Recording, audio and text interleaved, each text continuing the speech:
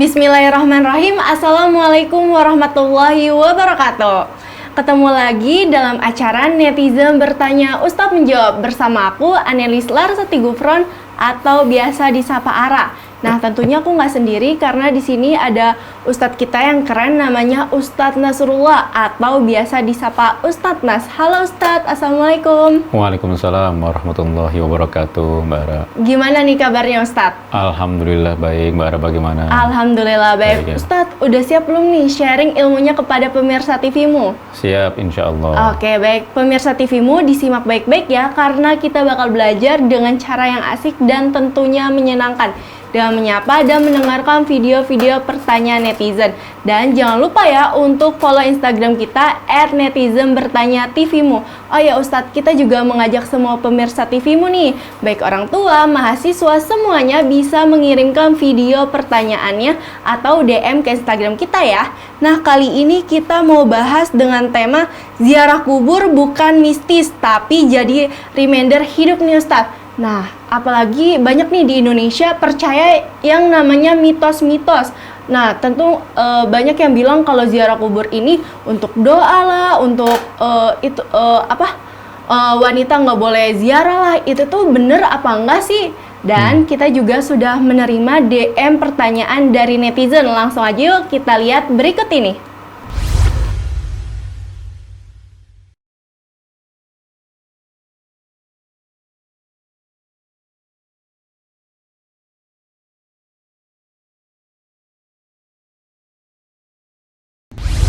Itu dia pertanyaan dari netizen Ustadz. Dia menanyakan kalau ziarah kubur bawa bunga 7 rupa, siram air atau tabur bunga, itu ada tuntunannya nggak sih dalam Islam? Baik, terima kasih atas pertanyaannya. Bismillah, walhamdulillah, wassalatu wassalamu ala rasulillah la nabiyya ba'dah. Memang pada prinsipnya namanya ibadah itu, apalagi ibadah mahdoh ya. Mahdoh itu kan ibadah yang memang sudah ada ketentuannya dalam Al-Quran dan hadis, itu adalah at-taufiq begitu. Artinya kita diminta untuk misalkan hanya melakukan ibadah sesuai atau tawakuf sesuai dengan apa yang ada dalam dalil saja gitu. Jadi selebihnya kita tidak boleh mengada-ngada begitu ya, tidak boleh mengada-ngada. Nah, akan tetapi misalkan itu dikaitkan dengan tabur bunga, yang nyiram air juga ya kan di pusara makam itu. Nah, itu juga dikembalikan kepada motivasi bagi yang melakukan. Jika niatnya adalah ibadah dan mendapat pahala dengan itu, maka itu dipastikan sebagaimana yang disebutkan tadi tidak ada tuntunannya gitu kan. Jadi tauqifiyah begitu. Harus berhenti di hadis, di ayat-ayat, di hadis-hadis yang menerangkan ada nggak keterangan tentang itu gitu. Jadi kalau tidak ada maka tidak boleh dilakukan gitu kan. Kalau memang niatnya adalah untuk mengharap pahala sebagai ibadah.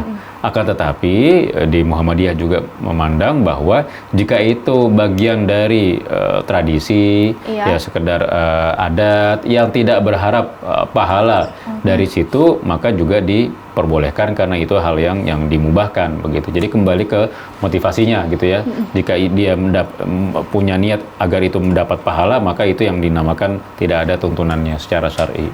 Oke, baik. Terus kalau misalnya niatnya untuk ibadah, kan tentu nggak dapat pahala, tapi dapat dosa nggak nih Ustadz? Paling tidak adalah kehati-hatian itu sesuatu yang bid'ah gitu ya, itu amalan yang ditolak begitu ya. Dia akan menjadi dosa kalau sampai pada tahap syirik gitu ya, menyatukan Allah Subhanahu wa taala. Menyatukan itu apa artinya? Kita berharap kepada selain Allah gitu. Kita meminta kepada selain Allah gitu kan.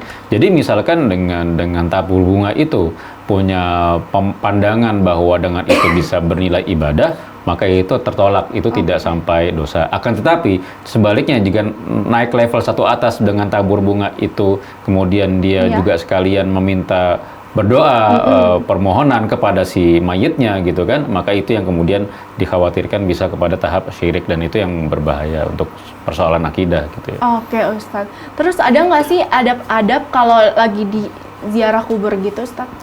Di ziarah kubur tentu saja tuntunannya adalah mendoakan ya, mendoakan mereka-mereka yang sudah meninggal dunia. Kemudian sebagaimana yang hadis yang sahih doanya kan, assalamualaikum ya ahlad diyar ya kan, atau ahlal kubur minal mu'minin wal muslimin begitu kan. Jadi ada orang-orang mukmin dan orang-orang muslim, wa inna insyaallahi bikum lahikun, dan kita ini nanti juga akan menyusul kalian kayak gitu kan. Kemudian wa nas'alullahu lakum al-afiyah, dan kami juga memohon kepada Allah itu kebaikan gitu kan, kesehatan dan kebaikan kayak gitu. Nah, ini kan juga bagian dari doa yang disyariatkan kayak gitu. Akan tetapi selebihnya adalah tentu saja kita mendoakan pengampunan juga untuk yang telah mereka yang telah mendahului kita. Jangan sebaliknya, justru kita mendoa kepada yang sudah mati gitu. Tapi doanya ini untuk misalkan pahalanya untuk diri sendiri atau untuk si mayitnya, Ustaz? Untuk kepada bagaimana, kan tadi kita bicaranya adab ya. Iya. Nah, kalau kita bicara adab, maka ada di situ untuk bagaimana ibadah yang syar'i itu kita lakukan. Untuk si mayit paling tidak itu berdasarkan 3 hal kalau dalam keterangan-keterangan yang jelas ya. Yang pertama tentu mendoakan secara umum, dan mendoakan itu bisa kapan saja. Bisa setelah sholat. Iya, boleh di mana aja, nggak harus di makam saja, ya, Ustaz? tidak harus di makam. Makanya kan ada selalu ya bagian daripada bagaimana kita mendoakan kaum muslimin, kaum mukminin, muslimin dan muslimat itu kan kapanpun setelah sholat, kemudian di khutbah Jumat gitu kan, Allahumma ighfirlil muslimina wal muslimat, itu kan bagian dari bagaimana kita mendoakan kaum muslimin dan al-ahya'i minhum wal amwat, yang baik yang hidup maupun yang sudah tiada gitu ya. Jadi itu bisa kapan saja. Yang selanjutnya adalah dengan misalkan amal soleh.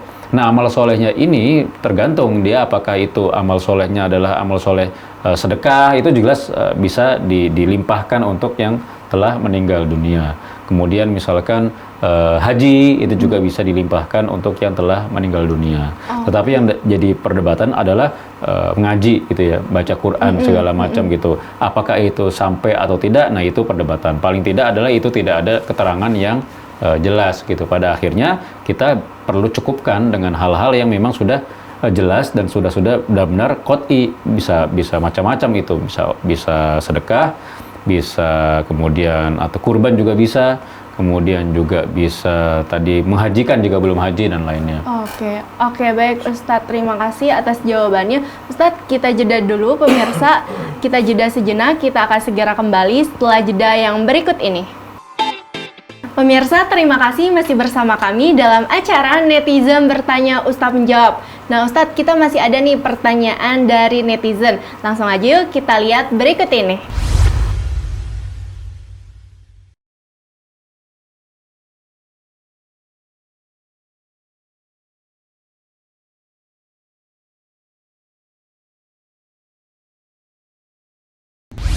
Itu dia pertanyaan dari netizen lewat Instagram Ustadz. Dia menanyakan, boleh nggak ziarah kubur sambil bacain Yasin atau Al-Fatihah? Apakah pahalanya sampai untuk yang sudah meninggal? Dan sebaiknya ketika ziarah kubur itu kita membaca doa apa ya Ustadz? Baik, ya ini kurang lebih sebagaimana yang kita sudah singgung sedikit ya. Artinya pada prinsipnya membaca Al-Quran atau membaca Yasin itu kan sesuatu yang mubah, bahkan didorong ya, karena ya membaca Al-Quran kan ada keutamaannya gitu kan, apalagi Yasin juga bagian dari Al-Quran juga gitu kan.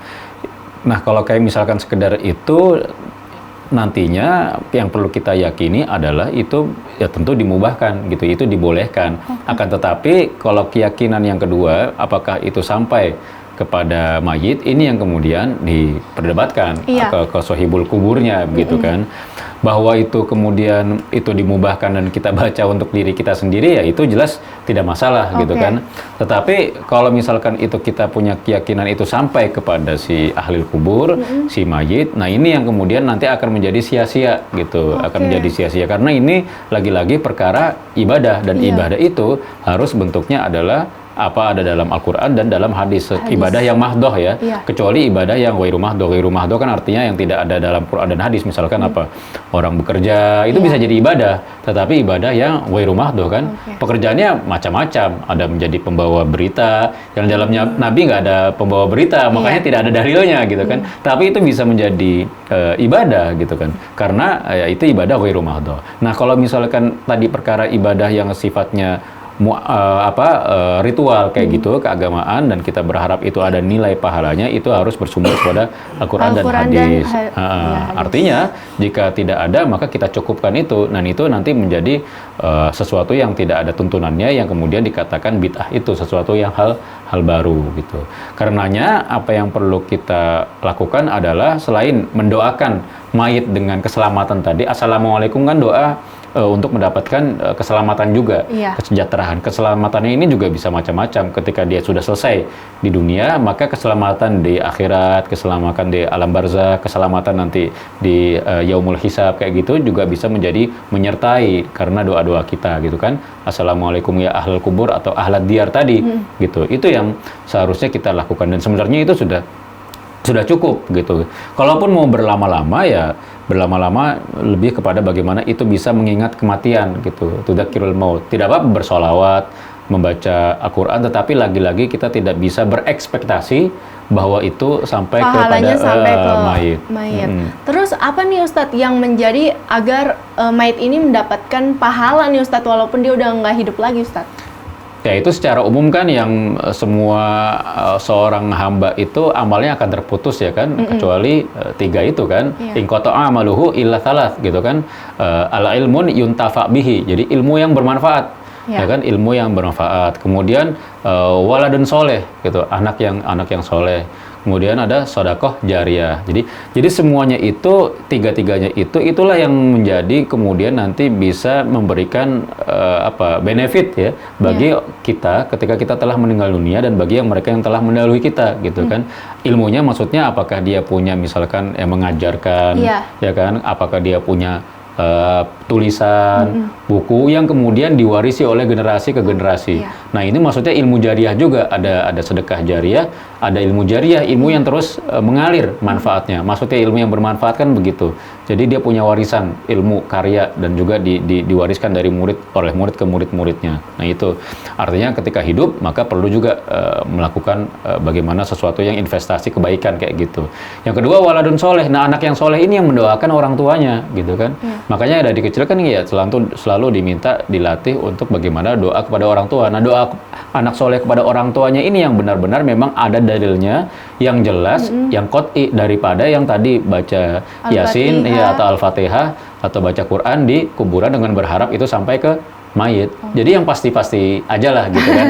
Jadi menjadi anak yang soleh dulu, dan kita juga tentu saja sambil berusaha untuk menjadi anak yang baik, kita mendoakan orang tuanya agar kemudian doa itu juga sampai kepada yang telah mendahului kita. Yang terakhir tentu saja sedekah jariyah. Jadi ini tentu berlaku ketika hidup ya, kita bersedekah, wakaf segala macam, dan itu tentu saja mengalir walaupun kita sudah tiada. Oke, baik, terima kasih Ustadz. Nah Ustadz, kita juga masih ada pertanyaan nih dari netizen. Langsung aja yuk kita lihat berikut ini. Assalamualaikum warahmatullahi wabarakatuh.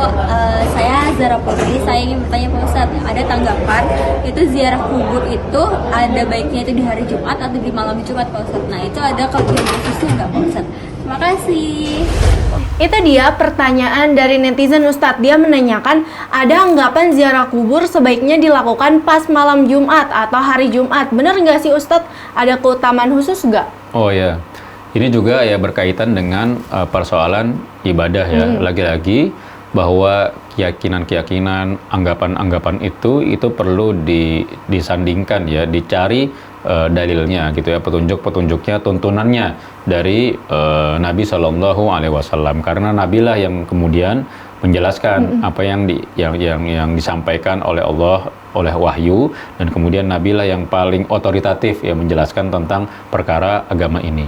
Jika persoalan ibadah seperti itu tidak ada presidennya dari zaman Nabi SAW, maka kita tidak perlu lakukan. Termasuk juga bagaimana ziarah kubur itu perlu dilakukan pada hari-hari tertentu, misalkan menjelang puasa Ramadan, hari Jumat, segala macam itu tidak ada dalil khusus yang menyatakan itu. Artinya kalau mau ziarah ya bisa ziarah kapanpun, bahkan ya ziarah ketika sepi gitu kan. Ketika sekarang orang sudah terlanjur banyak yang ziarah ketika mau masuk bulan Ramadan, maka ya nggak usah gitu. Kita ziarahnya ya sebelum itu atau setelah itu gitu kan, ketika nggak rame gitu ya. Nah ini yang kiranya yang bisa kita lakukan begitu. Dan sebenarnya ziarah itu tidak perlu juga benar-benar masuk ke lingkungan pemakaman ya. Lewat saja kita naik motor, lewat kita naik mobil, naik angkutan umum, misalkan Anda lewat TPU, Tanah Kusir atau Karet, Bifak gitu, lewat ya assalamualaikum ya ahlad diyar gitu kan, inna insyaallah bikum lahiqun, begitu selesai itu mendoakan, dan itu bagian dari bagaimana ziarah gitu. Nggak usah datang ke kuburan. Nggak usah datang ke kuburan ya gitu. Itu. Tapi nanti diomongin sama tetangga, Ustadz, kenapa nggak ziarah kubur, kan mau bulan puasa gitu. Nah itu artinya persoalan sosial ya, bagaimana bermuamalah. Nah itu persoalan-persoalan itu juga bagian daripada dinamika bagaimana kita menjalankan agama yang menurut kita ya kita itu benar, dan juga menjaga hubungan sesama, muamalah sesama tetangga dan lain-lainnya, termasuk tahlil juga kan kayak gitu. Nah itu kita bisa memberi penjelasan bahwa ya menurut yang kami yakini ya ziarah itu bisa kapan saja dan tidak harus di bulan puasa, dan kayak gitu bisa kapan saja, dan kayak gitu-gitulah yang perlu kita sampaikan. Terus kalau misalkan dianya malah ngotot sendiri gimana Ustadz? Udah dikasih tahu malah marah-marah balik gitu. Nah ini tetangga atau saudara? Kalau saudara ada juga. Kalau saudara sendiri aja ya, bisa saya anterin dah, saya nggak apa-apa. Ini kan anterin dalam hal ya mengantarkan kan, kita datang aja gitu, datang kita ikut ziarah juga, insya Allah pahala juga ya kan. Pahala pertama memang dapat pahala ziarahnya, karena kan nggak ada masalah dengan itu kan, mau ziarah sebelum Ramadan, mau ziarah setelah Ramadan kapanpun. Yang masalah adalah bahwa itu khusus ketika ada keutamaan baik di bulan hari Jumat maupun menjelang puasa. Kalau misalkan yang satunya berharap yang tadi tetangganya atau keluarganya itu ada keutamaan dan kita sudah jelaskan, ya kembali ke dia gitu kan, itu nanti tertolak. Nah kalau kita yang ikut, kita yang diajak, kita yang membersamai, kita punya keyakinan kita sendiri.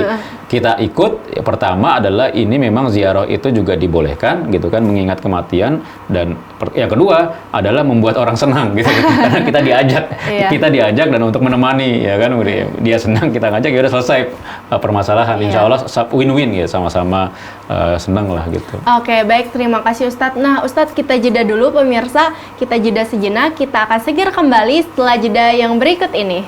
Pemirsa, terima kasih masih bersama kami dalam acara Netizen Bertanya Ustadz Menjawab. Nah, kita masih dengan tema yang sama nih, tentang ziarah. Dan Ustadz, kita masih ada nih pertanyaan dari netizen. Langsung aja yuk kita simak berikut ini.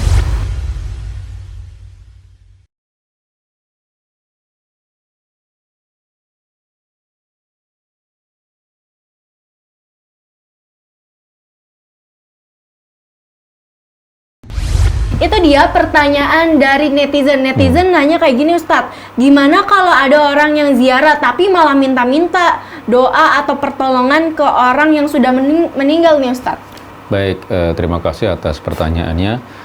Setelah kita sepakati ya bahwa ziarah pada prinsipnya adalah dibolehkan gitu kan, atau bahkan ada yang mengatakan disunahkan dalam artian bagaimana ketika berziarah itu ada motivasi untuk juga mengingat kematian. Nah, mengingat kematian ini maksudnya juga bagaimana kita kemudian memperbanyak amal soleh, karena pada akhirnya kita akan menyusul. Nah itu kan maksud dari doa tersebut yang tadi inna insyaallahi bikum lahiqun, dan sesungguhnya nanti kita juga akan menyusul kalian kayak gitu. Nah akan tetapi jika memang kemudian proses ziarah kita itu kemudian diikuti dengan hal-hal yang sifatnya tadi seperti meminta sesuatu, meminta manfaat gitu kan, terhindar dari madorot kepada si ahli kubur, maka itu yang kemudian dilarang tidak hanya tidak ada keterangannya, tidak ada tuntunannya, tetapi kemudian dikhawatirkan akan jatuh kepada kesyirikan tadi, karena berharap kepada selain Allah Subhanahu wa Ta'ala. Walaupun itu bisa dikatakan namanya tawasul tadi, istilahnya kan menghubung gitu ya, bahwa misalkan orang-orang itu orang-orang soleh gitu. Nah sebenarnya tawasul itu adalah ya tawasul justru dengan amal soleh, misalkan dengan kita punya amal soleh, kita bertawasul dengan amal soleh. Tawasul kan artinya kita berharap apa yang kita lakukan yang baik-baik itu menjadi penyambung kebaikan kita, menjadi penyambung bagaimana memberi pesan kepada Allah bahwa apa yang kita inginkan itu bisa diijabahi oleh Allah Subhanahu wa Ta'ala. Nah itu diantaranya adalah ya tentu meminta doa dengan orang-orang soleh gitu, yang masih hidup, ya bukan yang sudah meninggal dunia. Yang masih hidup misalkan tentu saja orang tua kita gitu kan, kita minta doa, didoakan orang yang sedang berhaji gitu kan, mereka berdoa di Ka'bah, di tempat yang istimewa, kemudian di multazam gitu. Nah itu bagian dari bagaimana kita bertawasul, tetapi tidak kepada yang sudah meninggal dunia. Aku malah pernah lihat, pernah ke makam-makam gitu, terus makamnya malah disolatin, Ustadz. Itu gimana, Ustadz? Makamnya? Jadi orang tuh sholat di sholat depan di kubur. Iya, itu gimana, Ustadz? Itu masuk ke syirik atau bukan, Ustadz? Nah itu pertama jelas itu bid'ah ya kan? Jelas itu bid'ah, artinya melakukan sesuatu apa yang tidak dilakukan. Yang kedua, jika dalam sholat itu kemudian diiringi dengan hal tadi sifatnya meminta, berharap nolak bala segala macam, atau minta rezeki yang lain, ya, jodoh, ya jabatan dan macam-macam, maka itu juga masuk kepada kesyirikan, dan itu bisa jatuh kepada dosa yang besar, tidak akan diampuni kecuali bertobat tentu saja. Baik, terima kasih Ustadz. Ustadz, kita masih ada nih video pertanyaan dari netizen, langsung aja yuk kita simak berikut ini. Assalamualaikum warahmatullahi wabarakatuh. Perkenalkan saya Yun Afinda dari Nasyidul Aisyah DKI Jakarta. Izin bertanya Ustadz, apakah perempuan boleh berziarah ke kuburan? Dan apakah perempuan juga boleh ikut mengantar jenazah ke pemakaman sampai ke tepi liang lahat? Katanya kan ada yang bilang nggak boleh ya Ustadz ya. Jadi apakah diperbolehkan atau tidak? Demikian, terima kasih. Wassalamualaikum warahmatullahi wabarakatuh. Itu dia video pertanyaan dari netizen Yuyun Afinda, Ustadz. Dia menanyakan, boleh nggak perempuan ziarah kubur? Kalau untuk mengantar jenazah ke kuburan untuk dikuburkan, dimasukkan ke dalam liang lahat juga, boleh nggak Ustadz? Karena ada yang bilang nggak boleh nih Ustadz. Ya, memang sebelumnya sempat diriwayatkan ya oleh Nabi, dan bahkan Nabi justru sebelumnya itu mengharamkan ziarah kubur ya kan. Kuntu nahaitukum an ziaratul kubur fazuruha. Jadi sebelumnya aku memang memerintahkan kepada kalian itu untuk tidak pergi ke kuburan gitu untuk melakukan ziarah, karena memang dikhawatirkan berbagai macam hal gitu. Yang pertama adalah tentu niyahah gitu ya, meratapi orang-orang yang telah meninggal dunia, nangis yang sejadi-jadinya kayak gitu. Dan itu juga dikaitkan dengan perempuan, dikhawatirkan ya karena banyak perempuan yang banyak melakukan itu, makanya kemudian perempuan yang kemudian paling dilarang begitu untuk ziarah kubur gitu. Nah, tetapi selain itu juga ya rentan akan hal-hal yang sifatnya tadi meminta sesuatu yang tidak layak gitu ya. Tidak layak maksudnya diminta kepada selain Allah Subhanahu wa Ta'ala. Tetapi kemudian Nabi kemudian bergeser gitu ya, dari yang sebelumnya melarang kemudian memerintahkan maksudnya bukan wajib ya, tetapi disunahkan, katakanlah disunahkan karena untuk apa? Fa innaha tudzakirul maut, karena ziaratul kubur itu mengingatkan kita kepada kematian. Jadi maksudnya niat ya dari maksud dari ziarah kubur itu, motivasi utamanya adalah karena mengingatkan kepada kematian. Jadi kita tidak bisa memastikan bahwa kita juga sementara gitu, kita tidak selamanya hidup, dan pada akhirnya mengingat mati kita akan memaksimalkan waktu kita di dunia ini gitu. Oke, berarti wanita untuk mengantar jenazah itu boleh ya Ustadz? Ya, pada akhirnya boleh. Pada sekarang ya boleh-boleh saja, asal kemudian tadi mengingat kematian dan tentu saja menghindari fitnah gitu. Jadi ya tentu dibolehkan jika itu, apalagi itu kalau keluarganya langsung kayak gitu kan, suaminya, anaknya kayak gitu-gitu, itu tentu saja diperbolehkan. Oke, yang penting imannya kuat nih, tidak melakukan hal-hal yang dilarang agama ya? Ya, itu juga termasuk tidak niyahah, tidak meratap sejadi-jadinya, karena itu juga nanti bisa menimbulkan fitnah ya kan. Kalau misalkan dikhawatirkan pingsan segala macam, biasanya itu akan memuncak tambah emosional kalau pas sudah dimasukkan ke liang lahat itu si mayit itu akan muncul emosi yang kadang berlebih ya kan. Nah itu kan diantara fitnahnya maksudnya itu. Jika dikhawatirkan akan terjadi seperti itu, maka lebih baik tidak usah ikut. Kan kadang kan ada yang misalkan teriak-teriak begitu kan, kemudian pingsan segala macam, nanti jadi auratnya kemana-mana, kebuka kerudungnya, ya, itu kan bagian dari itu fitnah. Oke, baik Ustadz. Ustadz boleh nih kasih pesan kepada pemirsa TV-mu tentang tema kita kali ini Ustadz? Baik, terima kasih pemirsa TV-mu yang dimuliakan Allah Subhanahu wa taala. Kita sangat dianjurkan ya melakukan ziarah kubur, akan tetapi ziarah kubur yang dianjurkan adalah bagaimana ziarah itu dilakukan dengan tuntunan yang syar'i, tuntunan yang sesuai sebagaimana dicontohkan dan disampaikan oleh Nabi Shallallahu Alaihi Wasallam.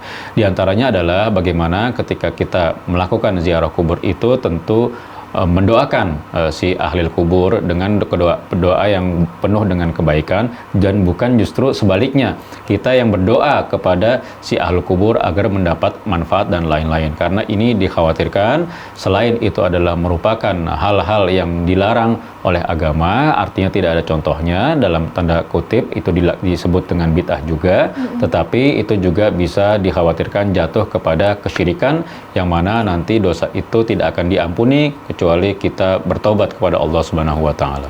Oke, baik, terima kasih Ustadz yang udah sharing ilmunya kepada kita semua, dan terima kasih banyak kepada pemirsa TV-mu yang telah menyaksikan Netizen Bertanya Ustadz Menjawab dari awal sampai akhir. Dan izinkan aku, Anelis Larasati Gufron dan Ustadz Nasrullah dan seluruh kerabat yang bertugas undur diri. Syukron semua. Assalamualaikum warahmatullahi wabarakatuh. Waalaikumsalam warahmatullahi wabarakatuh.